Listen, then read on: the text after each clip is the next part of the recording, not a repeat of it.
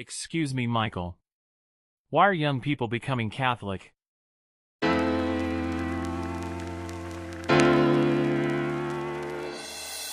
What is the main reason that young people are becoming Catholic in 2024? So, when I think of this question, there's these answers of how could a parish reach young people? And I don't believe that people are being reached through parish websites initially. I don't believe that things like even a young adult ministry is the biggest first push for a lot of these people that have stepped so far away from the Catholic Church, growing up, barely going to Mass, not knowing their faith, or people who have never even heard about it. What's bringing them? So firstly, of course, you have to say it's God's grace. It's all of the prayers, all of the Masses offered at this very moment throughout the world. It's all of those things.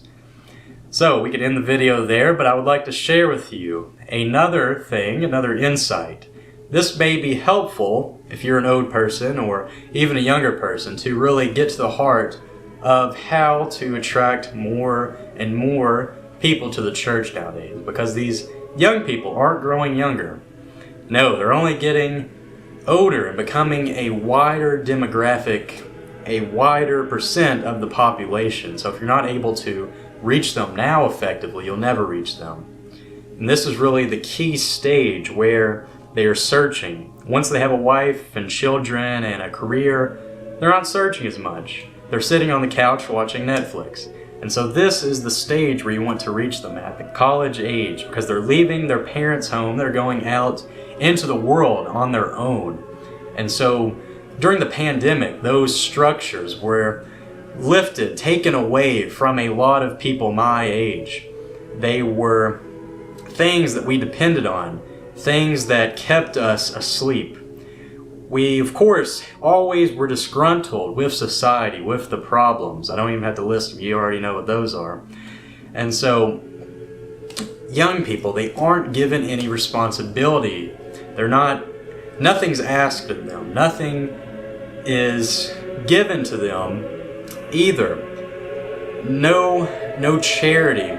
No dignity. I think one key thing is you have to look at all of these people that are caring for young people, that are giving them advice, that are acting as the fathers that have stepped out of their lives. And so think of people on YouTube, the self-help people, the Stoics. Of course, that made a re-emergence, but even New Age philosophies like Buddhism, incorporating Buddhism, all of those things, they're very tacky in a sense, but it's becoming popular just because young people are still asking those big questions. Who am I? Why am I here? And what is my purpose? And so they're not being fulfilled by those things. On the other hand, of course, people have never been fulfilled by those things. They may be watching videos until late at night, or they may be listening to podcasts while they're driving. They may be talking with friends about some of those topics. And I believe the internet is really a great tool for evangelization, because once someone is interested in something, they can learn about it nonstop. They can learn about it until they exhaust every question they want to ask. And so when people think, oh, I was a Christian, what about Christianity? They see maybe a YouTube video about Christianity. They're like, oh, I probably need to pray, or I need to learn more about Christianity. I was raised a Christian. I was raised a Catholic. I went to Mass once a month. But what did I actually believe back then? What did I not believe that was never taught to me, that was important? That is so important that there is this entire ecosystem of YouTube videos, of blogs, of podcasts, of people speaking about the Catholic faith so dearly. And so when a young person stumbles into that, they probably discover it by first going through really that hurdle of New Age, Stoic, self-improvement, all of that bundled together. Then they they see a video by a Catholic priest talking about the church, or they see a video of a Catholic podcaster talking about some of these elements of faith that he's never even thought about. This person has never even thought about some of these questions. They were never talked about when he was young, being catechized. And so you have that interest. You are seeking authenticity, you're seeking seriousness, you're seeking something lasting, you're seeking something beautiful, you're seeking an identity, and you're seeking a mission. And so that's what people discover in the Catholic faith. You can't discover a good identity in the New Age philosophies. You can't discover a mission, a purpose in the self-improvement atmosphere that isn't ultimately narcissistic. So they discover in Christianity something that asks a lot of them. It gives them a lot of responsibility. It also gives them a lot of dignity back that they are rightfully deserving of, since they are made in the image of God. And so it puts people in this proper place of having faith, of believing that they can make a difference in the world, of having these solid structures, these solid traditions, 100-year-old traditions that worked for their grandfathers, and so on. Young people, this is very key. When they go to a Catholic church, they are expecting those things.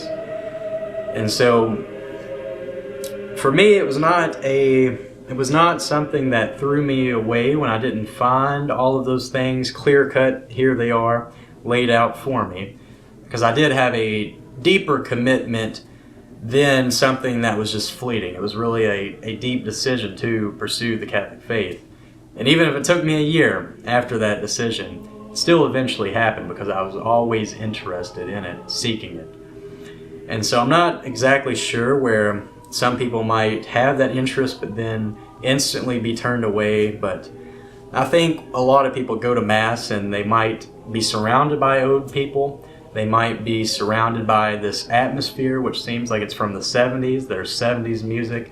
That is not attractive to these young people. Of course, remember the reasons we mentioned. Authenticity, tradition, seriousness, reverence. Reverence, that's key. Didn't mention that before, but they want to see reverence in the Mass. They want to see all of those values being taken seriously. They want to see seriousness being taken seriously, because those are the things that are setting Catholicism apart from even Protestantism. Protestantism does not take itself exactly seriously with all the entertainment in its worship services. And so, of course, Protestantism is attractive, and it probably is attracting as much people as the Catholic Church is today, at least in America. But I don't think that there are as deeply enthusiastic converts about Protestantism than there are about Catholicism. And so there is something to be said about an innocent level of faith, which I'm sure people in the Protestant religion might come to when they have those altar call encounters and they say, oh, I believe in God and I'm going to admit that I'm a sinner. And that's really their conversion. Almost the end-all, be-all of it. That's at least what it was for me, being a Protestant growing up. And so I won't knock on that at all, because that's the faith I had for nearly 10 years of my life growing up as a child. But you see the Catholic Church. You see something that says, this is a sin. You will go to hell if you do this sin, if you commit this sin. And so that's something that young people have never heard before, that they will be held accountable for their actions, or they will have these great expectations placed upon them. You have to attend Mass every Sunday for the rest of your life. You have to get out of bed every Sunday, early in the morning, for the rest of your life. There's no more staying up late on Saturday partying. You have to go to confession. You have to keep getting up. Keep falling down, of course it's inevitable, and keep getting up. Keep pursuing God. And so that's really the sincere faith that I believe the Catholic Church is able to offer young people. Thank you for watching, and may God bless you.